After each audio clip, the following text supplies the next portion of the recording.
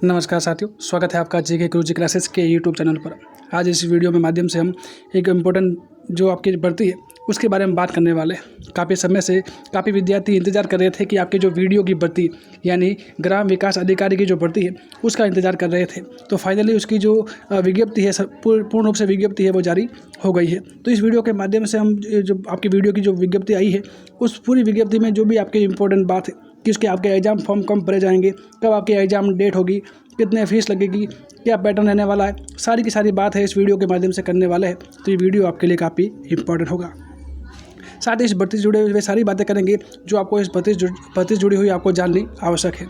तो बिना देरी किए चलिए आज शुरू करते हैं। और सबसे पहले बात करेंगे हम आपकी इस भर्ती की विज्ञप्ति के बारे में। तो मैं बात कह सकता हूँ कि जो ये भर्ती है वो आपके ग्राम विकास अधिकारी यानी जो वीडियो की पद है, वीडियो की जो भर्ती है वो आई है। और इसमें कुल मिला के 850 पद है वो दे रखे हैं, जिसमें टीएसपी और नॉन टीएसपी में आपके जो कुल मिला के जो पद है वो दे रखे हैं।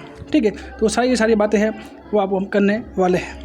सबसे पहले हम जानेंगे कि वे बातें जो आपकी इस भर्ती से संबंधित आपको जाननी आवश्यक है। तो पहले इंपॉर्टेंट बात इसमें आती है कि जो भर्ती है वो आपकी जो सीट आपने जो आप सीईटी का जो सीईटी एग्ज़ाम है दिया था वो भी ग्रेजुएशन वाला, कौन सा ग्रेजुएशन वाला एग्ज़ाम दिया था, उस ग्रेजुएशन के अंडर में ये भर्ती आपके आने वाली है। यानी इसमें साफ लिखा हुआ है कि अगर आप सीईटी की जो स्नातक वाले स्तर है उसको आप पात्रता उसमें आप पात्र हैं तो ही आप इसमें आप ऑनलाइन आवेदन कर सकते हो। तो इसका मतलब आपको इसमें आवेदन करने के लिए आपको जो सीईटी है ग्रेजुएशन वाली वो आपको पास होनी आवश्यक है। पहले इंपॉर्टेंट बात तो ये आती है।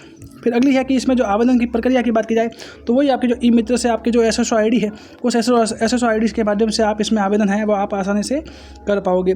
तो साथ ही इस आपके जो भी इस विज्ञप्ति में जो जितनी ज़्यादा इम्पोर्टेंट है वही हम सारी जानेंगे। इसमें एक इम्पोर्टेंट इसमें आता है कि अगर आपने ओटीआर नहीं करवाया यानी जब आप एसएसओ आईडी से आप फॉर्म भरते हो और फॉर्म भरने के लिए आपको ओटीआर यानी वन टाइम रजिस्ट्रेशन है वो करना पड़ता है, जिसमें आपकी कुछ एक टाइम फीस लगती है।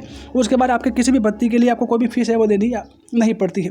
तो अगर आपने ओटीआर नहीं करवाया है तो आपको ओटीआर करना आपके मच इम्पॉर्टेंट रहने वाला है ना, यानी 100% आपको इम्पोर्टेंट रहने वाला है कि आपको ओटीआर करवाना ही है।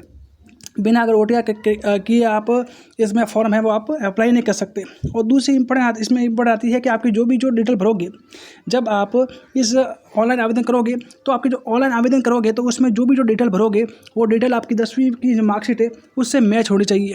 किससे?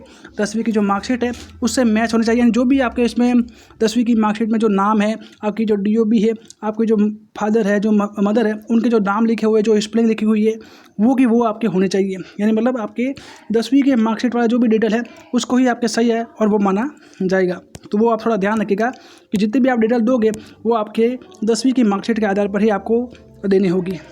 फिर अगला है कि इसमें आपको मैंने बताया कि आपको जो ओटीआर है वो आपको करवाना आवश्यक है।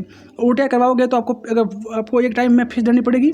उसके बाद आप जब आगे किसी भी भर्ती में अप्लाई करोगे तो आपको जो फीस है वो नहीं देनी पड़ेगी। लेकिन जिसने आवेदन कर आपके ओटीआर करवा रखा है तो उसको किसी भी प्रकार कोई फीस नहीं देनी होगी। लेकिन जिन्होंने ओटीआर नहीं करवाया तो उसको फिर अपनी जो जनरल कैटेगरी है उनको 600 रुपये की फ़ीस देनी पड़ेगी। और जो ओबीसी है, नॉन क्रिमिनल है, और जो SC ST OBC SC ST में आते हैं उनको 400, और दिव्यांग वाले हैं उनको 400 रुपये भी आपके एक टाइम रजिस्टर है आपके जो ओटीआर है वो शुल्क देकर ओटीआर आपको करवानी आवश्यक रहेगी। ठीक है, तो ये जो आपके ओटीआर से संबंधित बात रहेगी। फिर मैंने आप सामने स्क्रीन में आप देख सकते हो कि ये आपके दे रखा है कि आपकी जो नॉन टीएसपी है, नॉन टीएसपी में आपके जो कैटेगरी और जिलों के हिसाब से इसमें जो सारे पद है वो दे रखे। तो आप इसको वीडियो को पॉज करके आप आसानी से देख सकते हो। ठीक है, तो ये सारी बातें हैं वो आपकी इसमें पद से संबंधित दे रखी है। तो उनके बारे में मैंने बताया कि इसमें 850 पद है वो आपको देखने को मिलेंगी। फिर आगे देखेंगे कि इसमें और कौन कौन सी जो बातें जो आपको जाननी आवश्यक है। ठीक है, अगला इसमें आता है सबसे इम्पोर्टेंट बात, वेतनमान। भाई जब आपको तैयारी कर रहे हो तो उसके लिए मोटिवेशन चाहिए, और मोटिवेशन के लिए आपको पता होना चाहिए कि जब आप तैयारी करोगे और आपकी नौकरी लग जाएगी तो आपको पैसे कितने मिलेंगे। तो ये जो भर्ती है वो आपकी लेवल 6 की आपकी जो भर्ती है वो रहने वाली है। मतलब इसमें अच्छी खासी आपकी जो सैलरी है वो इस भर्ती के माध्यम से रहेगी। ठीक है, फिर अगला इंपॉर्टेंट आता है इसमें पात्रता वाली। तो पात्रता में थोड़ा ध्यान रखिएगा। इसमें 3 चीज़ें आपको चाहिए। कितनी? 3 चीज़ें चाहिए। कौन कौन सी? एक, आप ग्रेजुएशन होने चाहिए, यानी आपकी जो स्नातक है वो डिग्री होनी चाहिए, प्लस एक तो हो जाए, मैंने बताया कि आपको ग्रेजुएशन होना चाहिए, यानी आपकी जो स्नातक की डिग्री है वो आपके पास होनी चाहिए। दूसरा आता है कि आपकी जो स्नातक होने के बाद आपकी जो स्नातक वाली जो CET का एग्ज़ाम है, CET का एग्ज़ाम है वो आपके क्वालिफाई होना चाहिए। दूसरी इंपॉर्टेंट बात, 2 इंपॉर्टेंट बात आपको बताई मैंने, कौन कौन सी?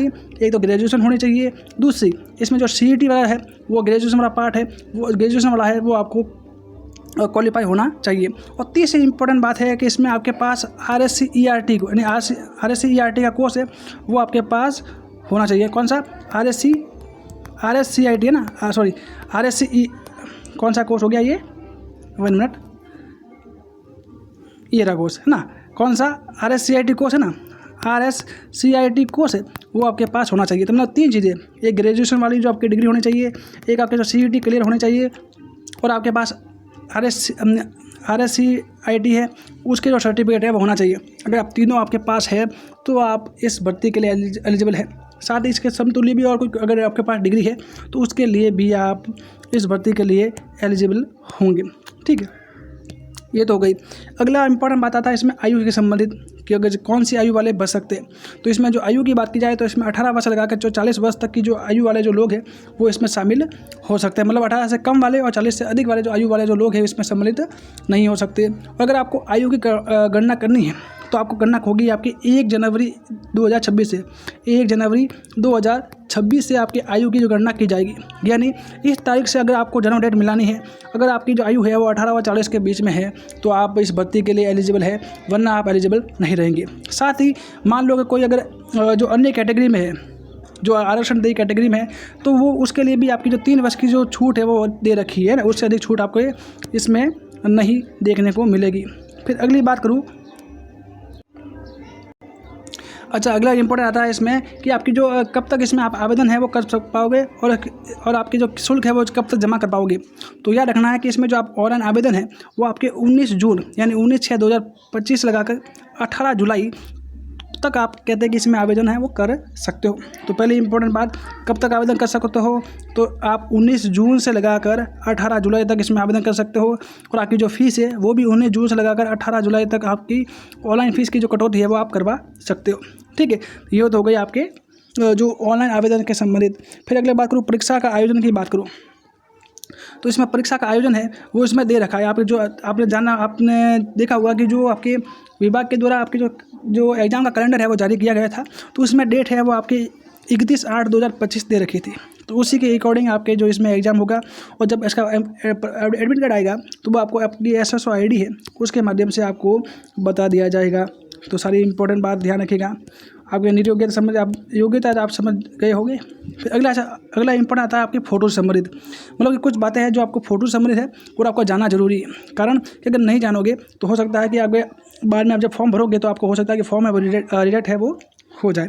तो सबसे पहले इसमें बात की जाती है कि फ़ोटोग्राफ और हस्ताक्षर है पर और अपलोड करने के दिशा निर्देश, मतलब कि आपको जो फ़ोटो है और हस्ताक्षर है वो किस तरह से करने हैं। पहले कि फोटोग्राफ है और हस्ताक्षर है दोनों साफ़ होने चाहिए। अगर साफ़ नहीं है तो हो सकता है कि आपका जो फॉर्म है वो कैंसिल कर दिया जाए। जो फ़ोटो है वो रंगीन होना चाहिए और 1 महीने से ज़्यादा पुराना नहीं होना चाहिए। ठीक है, इसके अलावा बात की जाए तो कि जो फ़ोटो है, जो फ़ोटो आप दोगे वही फ़ोटो आपको जब आप एग्ज़ाम देने जाओगे तब आपको साथ में ले जाना है। उसमें किसी भी प्रकार का कोई चेंज है वो आपको नहीं करना है, क्योंकि इसी से आपकी शक्ल है वो इसमें मिलान की जाएगी।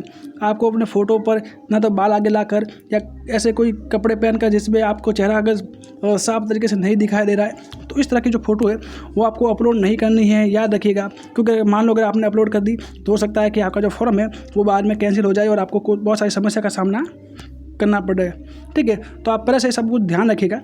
ठीक है, और अगला आता है कि मान लो कि किसी भी कारणवश अगर आप में कोई भी फॉर्म भरते हो, उस फॉर्म में अगर आपको कुछ गलती हो जाती है तो फिर आपको जब बाद में डेट दी जाएगी और डेट में आप जब 300 रुपये आपको एक्स्ट्रा फीस देनी पड़ेगी। कितनी? 300 रुपये एक्स्ट्रा फीस देनी पड़ेगी, और बाद में आप अपने जो फॉर्म में संशोधन है वो आप कर सकते हो। लेकिन इसमें लिखा हुआ कि जो OTR जब आप OTR करवाते हो और उस समय जो डिटेल देते हो, जिसमें आप अपना नाम, अपने पिता का नाम, जन्म तिथि, लिंग, ये जो आपकी जेंडर वाला जो देते हो ना सारा, वो आपका चेंज नहीं होगा। लेकिन इसके अलावा जो शैक्षणिक योग्यता है या इसके अलावा जो भी अलग जो डिटेल है, एड्रेस प्रूफ है, जो आधार नंबर है वो देते हो ना, उसमें चेंज हो जाएगा। लेकिन इन चीज़ों में आपके चेंज है वो नहीं होगा, और अगर चेंज होगा तो उसमें भी आपको 300 रुपये का एक्स्ट्रा फीस है वो आपको देनी होगी। ठीक है, तो सारी आई होप की जितनी भी बातें हैं वो आपको समझ में आ रही होगी। ठीक है, तो यही आपकी जो स्थिति भर्ती है उसे संबंधित पूरी डिटेल से हमने बात करी है और यही बातें थी जो आपको जाननी आवश्यक थी। इसके अलावा अगर इसमें एग्जाम पैटर्न की मैं बात करूँ तो जो नेक्स्ट वीडियो आएगा उस नेक्स्ट वीडियो में हम पूरा एग्जाम पैटर्न के बारे में बात करेंगे। इसके अलावा साथ में जो बात करेंगे कि इसमें जो सिलेबस है वो क्या रहने वाला है उसके बारे में भी हम बात करने वाले हैं, तो वो भी आपकी वीडियो आपकी काफ़ी इंपॉर्टेंट होगा। साथ ही इस भर्ती जुड़ी हुई अगर आपको कोई भी बात छूट गई है या फिर ऐसी कोई बात है जिसमें आपको डाउट है तो आप इस वीडियो के कमेंट सेक्शन में आप कमेंट जरूर कीजिएगा। मैं आपको रिप्लाई करके आपके जो पूरा का पूरा डाउट है वो सॉल्व करने की कोशिश करूँगा। तो मिलते हैं नेक्स्ट क्लास में, तब तक के लिए पढ़ते रहिए, बढ़ते रहिए। धन्यवाद।